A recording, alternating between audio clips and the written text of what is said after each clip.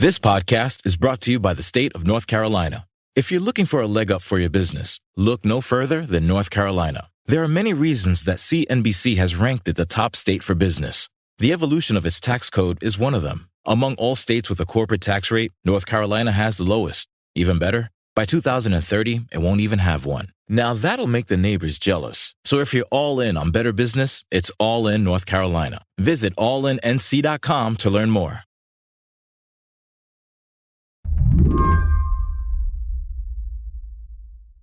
Heather Tanana wants you to think about water.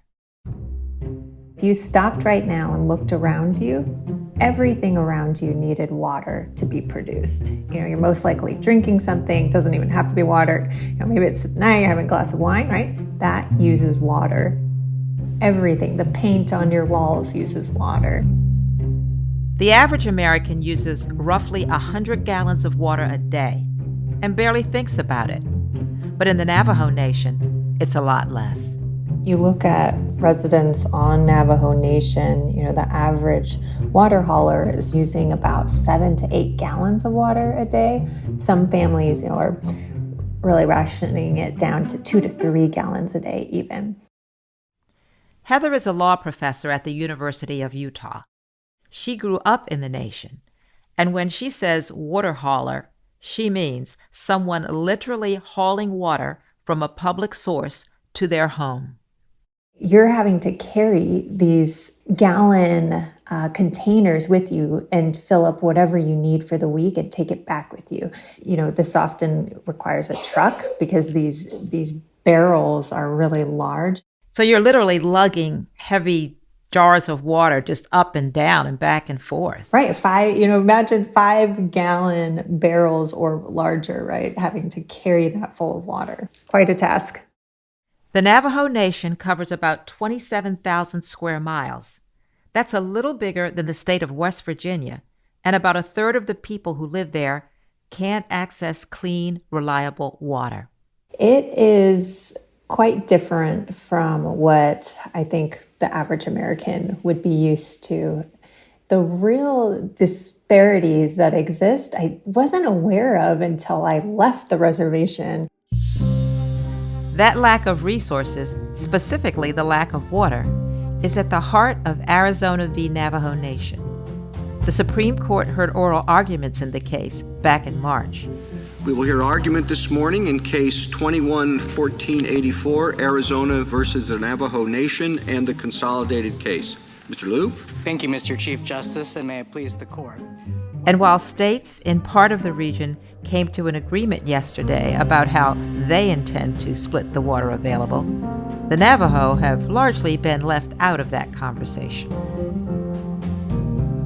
Today on the show, what does the U.S. government owe the Navajo Nation? And if the Native community needs clean water, who's responsible for making sure they get it?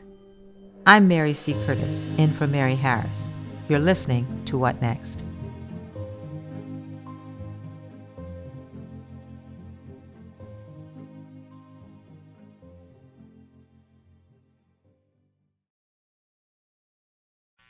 Macy's is committed to supporting college access and better student outcomes.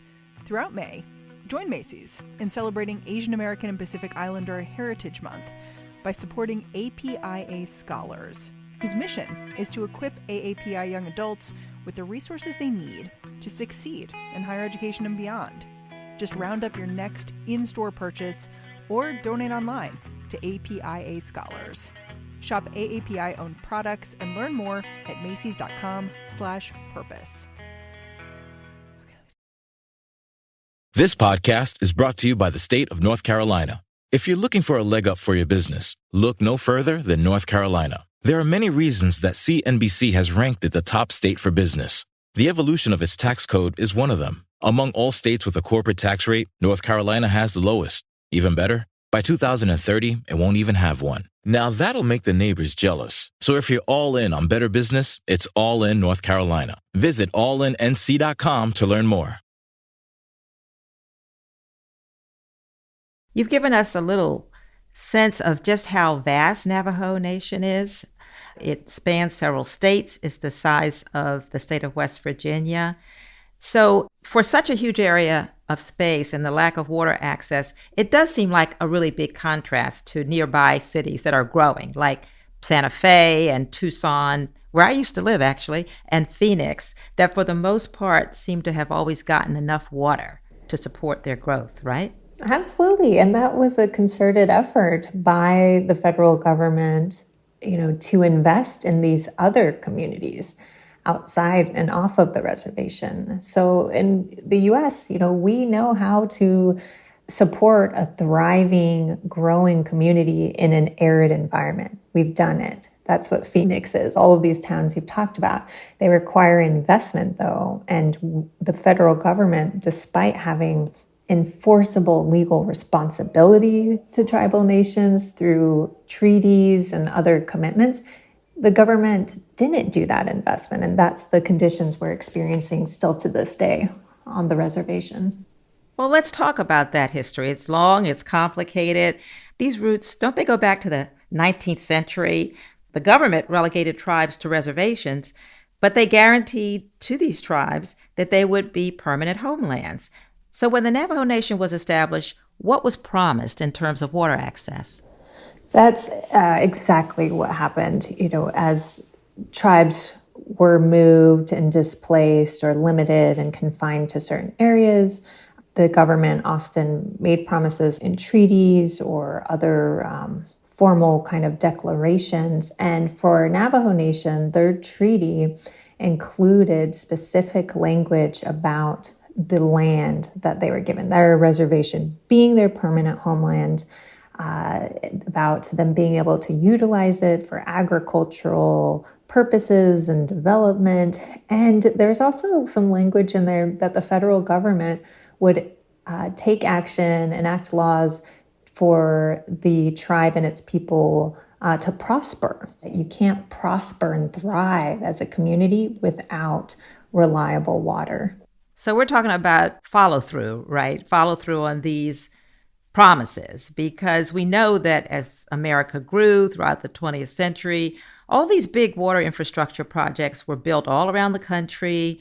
They started to establish water rights. So where did the Native tribes fall in these conversations? Were they a part of them? Were any major water rights given to them? Water infrastructure projects set up for them? Really good question, because there's a lot of different components that can play into this. So facilitating access to water, that's a different question from water rights. Who has the right to access water at a certain point and put it to use? And so, your question kind of brings up both of these elements. There are several different federal agencies, the Indian Health Service, U.S. Department of Agriculture, Environmental Protection Agency. You could really go on and list over 10 different agencies that have a program that can help build tribal water infrastructure projects. And so to some extent, the federal government has recognized its treaty and trust responsibilities to have these programs, but they've always been historically underfunded and haven't gone a long way to closing that water gap. Bottom line, water infrastructure in Native communities does exist, but it isn't funded well enough to fill the water gap. That leaves water rights, which brings us to the Supreme Court case that started in March.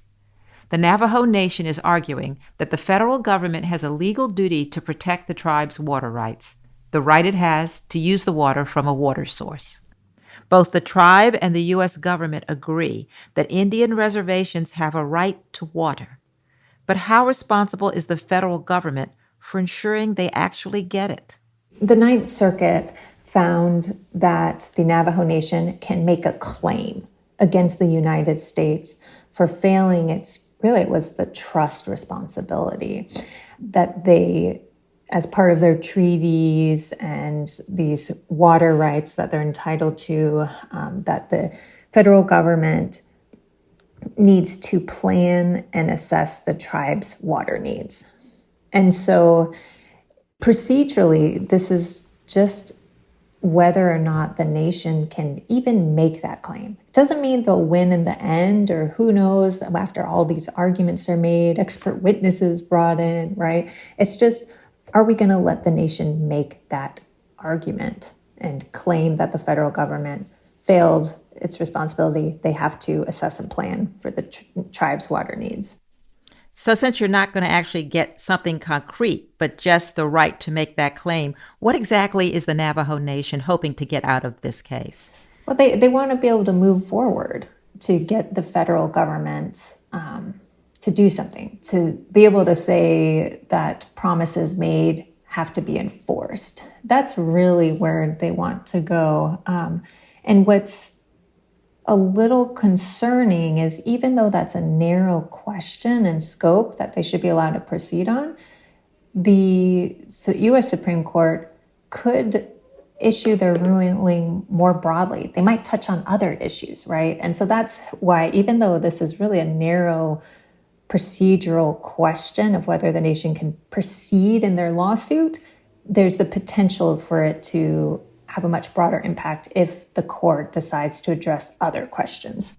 When you talk about this being a narrow ruling, Heather, but it having the possibility of having a much broader impact, in what ways? Are there any concrete examples you can give? Yeah, well, I think that really goes to this current Supreme Court makeup, and that in other cases, they've shown a willingness to overrule and set aside prior case law that had been well settled and relied upon, like the Dobbs decision and the right to have an abortion, right? Regardless of your position on that, that was very well settled law. If they decide to comment and make a ruling about tribal water rights or the federal trust and treaty responsibility, they could, depending on what they say, it could impact the way that responsibility is interpreted or impact tribal water rights. And in another extension, just water rights in general. After the break, the Navajo Nation wants access to the Colorado River, but so do a whole lot of other people. How's that complicating the fight for Native water rights?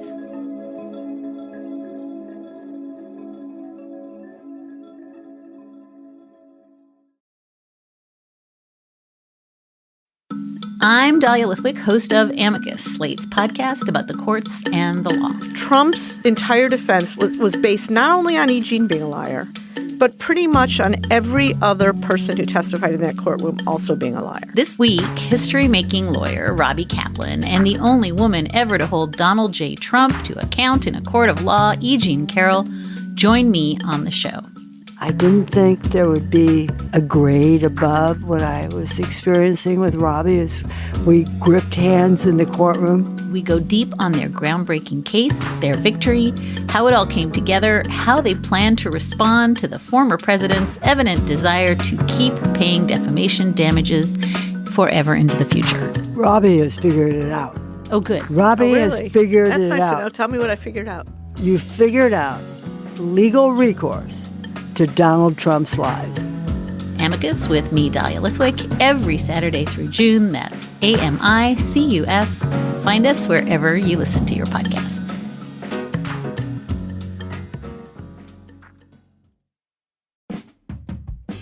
Hey, listeners, it's Lizzie O'Leary from Slate's What Next TBD.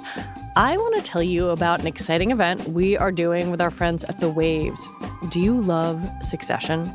If you want to deep dive into the show's feminist heroes and villains and hear smart women investigate the fashion, power, and relationship dynamics of one of HBO's most successful shows, join us for a very special Women of Succession virtual event.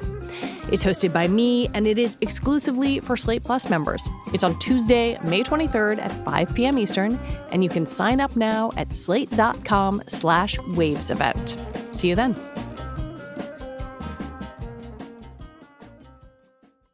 Hi, I'm Dahlia Lithwick, legal correspondent, author, and host of Slate's Amicus podcast. It's a show about the rule of law, the law, and the Supreme Court justices who interpret it for the rest of us. I wanted to give you a heads up about an exciting upcoming live event that we're doing on Wednesday, May 24th.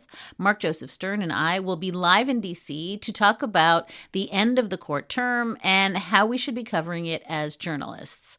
We are putting together an amazing roster of special guests, and for those who'd like to go all out on the event, there's going to be a happy hour before where you can meet me and Mark and some of our colleagues from Slate.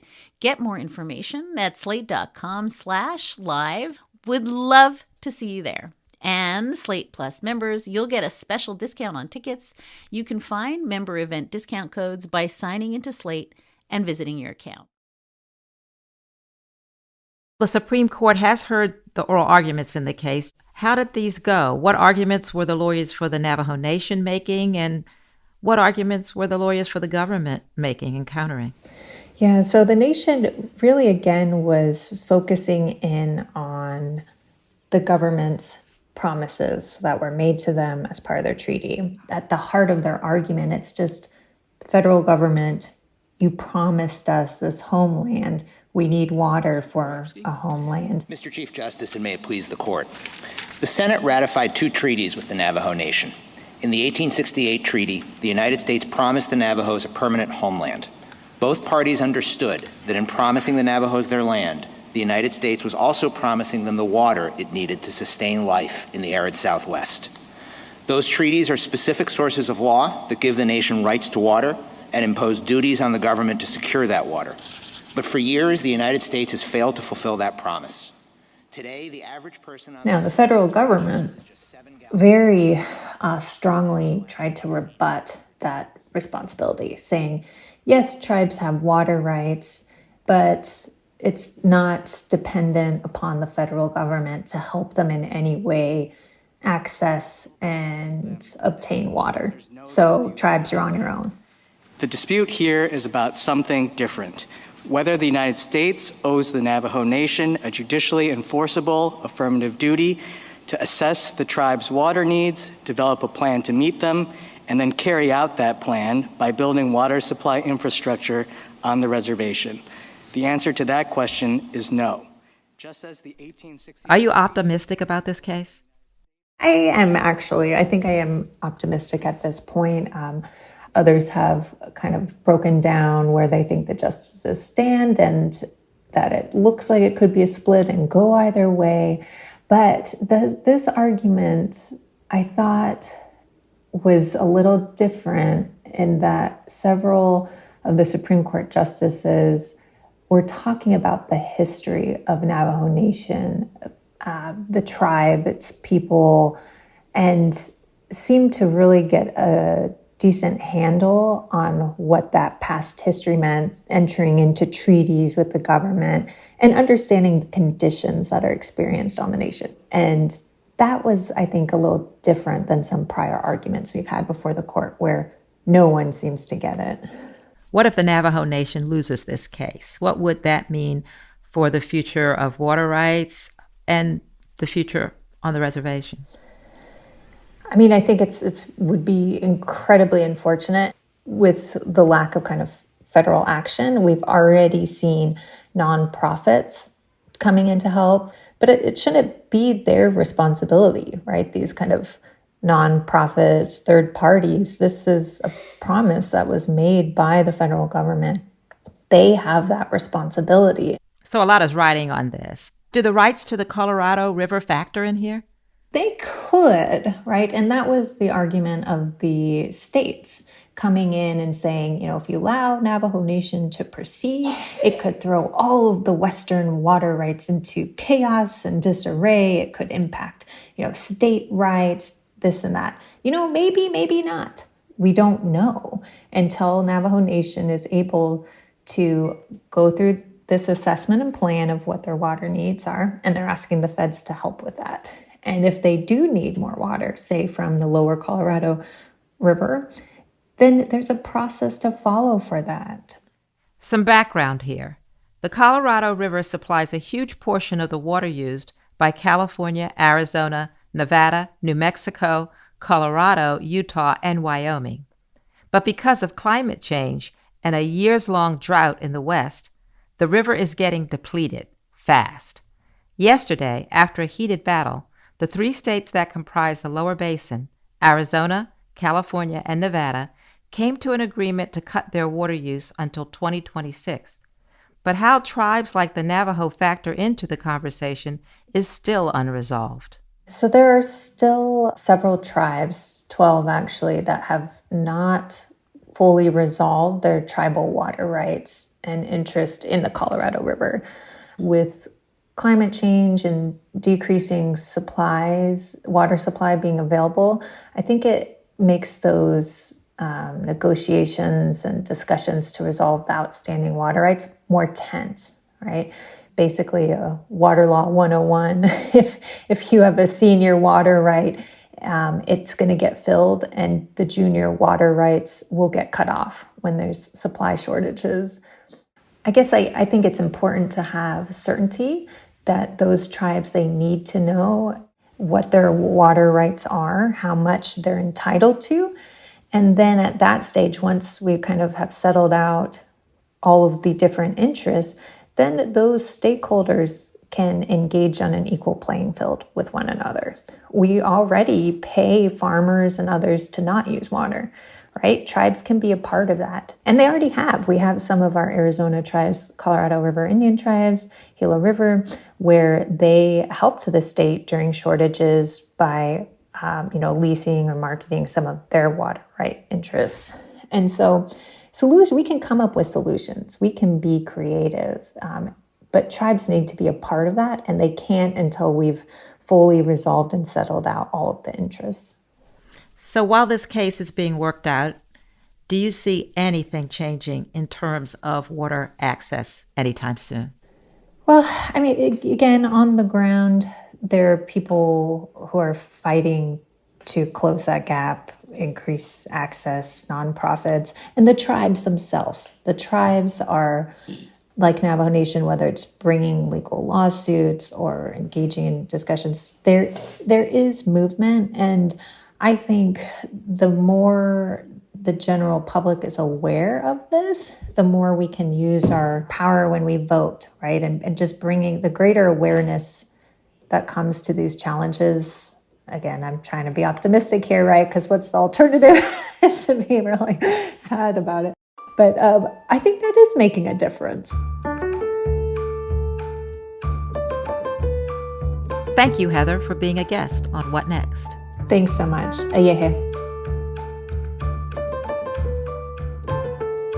Heather Tanana is an assistant professor at law at the University of Utah and a citizen of the Navajo Nation. That's the show. If you're a fan of What Next, the best way to support our work is to join Slate Plus. Go to slate.com/whatnextplus to sign up. What Next is produced by Elena Schwartz, Anna Phillips, Paige Osborne, and Madeline Ducharme. We're getting help from Laura Spencer. We're led by Alicia Montgomery with a little help from Susan Matthews. Ben Richmond is the Senior Director of Podcast Operations here at Slate. I'm Mary C. Curtis, columnist at Roll Call and host of its Equal Time podcast. Find me on Twitter. I'm at mcurtisnc3. Thanks for listening. Macy's is committed to supporting college access and better student outcomes. Throughout May, join Macy's in celebrating Asian American and Pacific Islander Heritage Month by supporting APIA Scholars, whose mission is to equip AAPI young adults with the resources they need to succeed in higher education and beyond. Just round up your next in-store purchase or donate online to APIA Scholars. Shop AAPI-owned products and learn more at macys.com/purpose.